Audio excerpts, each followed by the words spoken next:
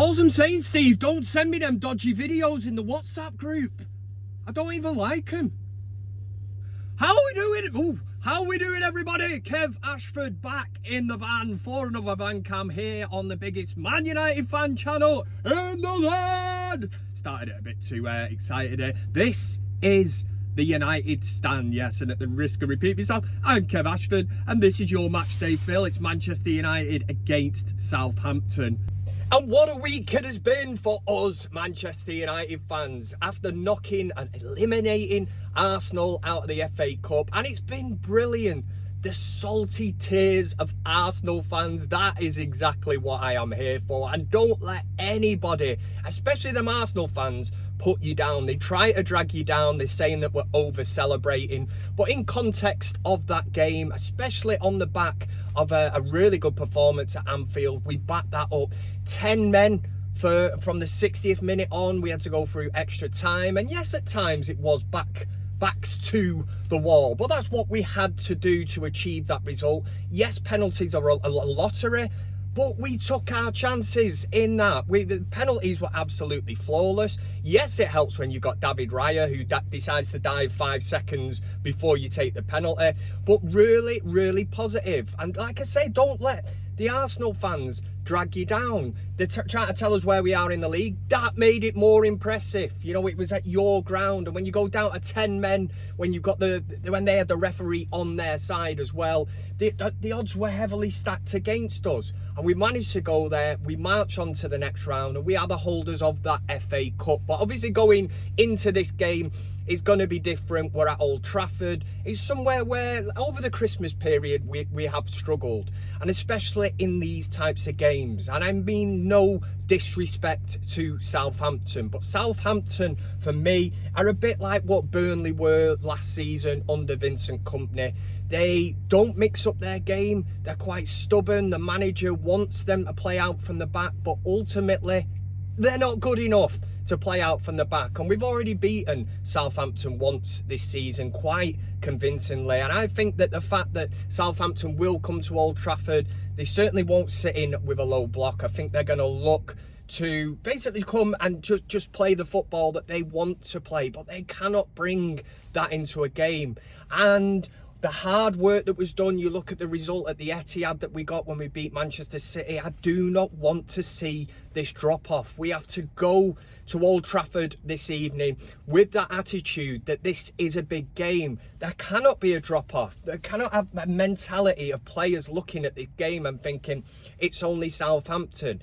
And it's strange because it has been these games over Christmas that some of the players have not been able to get up for. Yet against Manchester City, against Liverpool, against Arsenal, they are able to navigate themselves through these games and carry out the manager's instructions. And I thought it was really, really telling after the Arsenal game. What a touch of class from Ruben Amorim. There was no Mikel Arteta shithouser. And don't get me wrong. Well, in fact, get me wrong. Now get me right. If Arsenal had won on penalties, Mikel Arteta would have been dancing round like a tit on the side of that pitch, knee slides, running on as if they'd won it, right? At the end of the Arsenal game, Ruben Amorim turns away as Xerxes scores that penalty, and he shakes Arteta's hand. He's down the tunnel. You know, he's a forward-thinking coach, and he knows deep down as well, yeah, we're through to the next round, but we haven't won anything. Fair enough, if you win silverware, you can celebrate, but it's on to the next game. And that's what Ruben Amorim would have been doing. It would be at that point, right, we're through, bring on Southampton, and let's get to that game. And if for any reason you found yourself at this stage of the video and you're not fingered that like button, please do it to show your appreciation for Vancam and the United stand. Make sure you subscribe as well. But yes, moving on, like I say, to Southampton. It's going to be one of them games, you know, how much do you mix this up? Do you overthink it? Would you bring Onana back in? Look at Bayinda in the last game. Man of the match.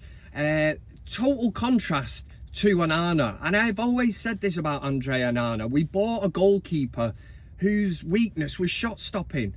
Bayinda, you know, in stark contrast, is a shot stopper. It was a throwback to the kind of De Gea days. apart from the fact that he could save penalties by at the weekend, which was quite refreshing to see. And Onana is good on penalties, don't get me wrong.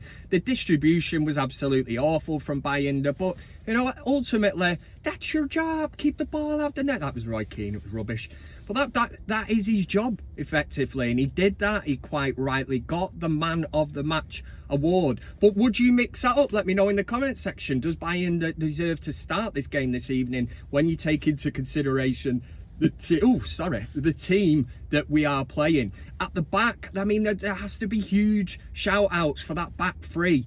And you've got Lenny Yoro coming back, you know, he's back now. Can he get into this team? There's a few murmurs, a few rumours that Harry Maguire might not be fully fit for this. But what a player to bring in if you've got a player like Lenny Yoro to come in for Maguire. But I've got to say, Harry Maguire, I mean, unbelievable. To think where he has come from, to be stripped of the captain. See you later, Dave.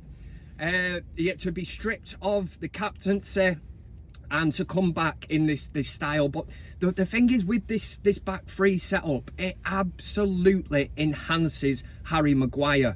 And the three of them, Martinez, De Ligt's been sensational, and Maguire, they cover up each other's weaknesses, you know, and their strengths are then highlighted. Maguire's not quick, De Ligt is. Martinez is. Martinez is not big, De Ligt is. Maguire is. And the contrast, and they just complement each other so well as a back three. De Ligt, I mean, that challenge on Trossard, where Trossard's probably already thinking in his head, you know, what kind of celebration should I do? Should I do a knee slide? Should I, you know, what am I going to do? Should I jump in the crowd? Should I take a booking, take my shirt off? And De Ligt's like, not on my watch. Straight in.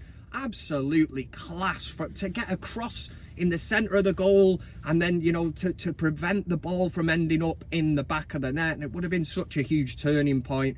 And the way that De Ligt celebrated that, you know, it's almost like a goal. And that is, for a defender, you know, that is what De Ligt is all about. And you talk about De Ligt and Mazraoui as a double D. Like, it's unbelievable to think that when De Ligt come in, you had Graham, I've played the game, Souness coming out with all kinds of horse shit, that De Ligt was lightweight.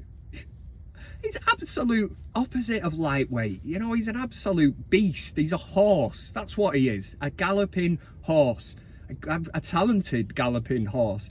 And then you have Paul Scholes, you know, saying, what are we buying Bayern Munich's rejects for? Well, if you've got any more of these lads, send them our way. We'll take them, because them two, as a double signing, have been absolutely mint. There's so many players I would like to shout out from that game. Ugarte just goes from strength to strength. I think he needs to play this evening. I said on Van Cam the other week that Manchester United, that, you know, why Steve? All right, Steve. What's he coming back for? Anyway, I said that Ugarte could be just as important for Manchester United as Rodri is for Man City. You know, a few people laughed at me when I said that on the fan forum, but I stick by that. I think he really is becoming important, covering that back three. He covers every blade of grass, and I loved the shithousery of him, knowing that VAR wasn't there and thinking, I can headbutt Havertz here and I'm getting away with it, and he did. So you've got to be clever. You've got to have that South American shithousery in you, and he's got that to actually perform and do something like that. The big question for me this evening, it's not the number 10s. Hopefully, if Ahmad is fully fit, him and Bruno. Bruno's been absolutely brilliant in the last 2 games. Seems to have really taken on board what the manager's asking of him. Cut out the Hollywood passes, and he's become very, very clinical, assisting. The goal was absolutely fantastic against Arsenal.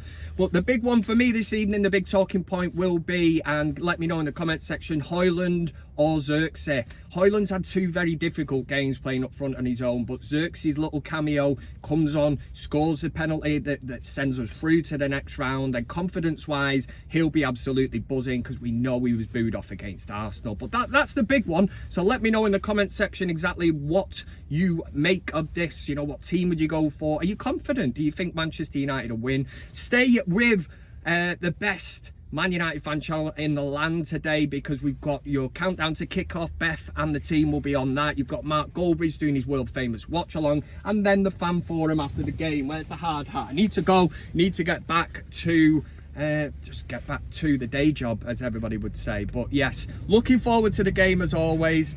And for United this evening against Southampton, I think we're going to win. No, we will win. Come on, United! Hey!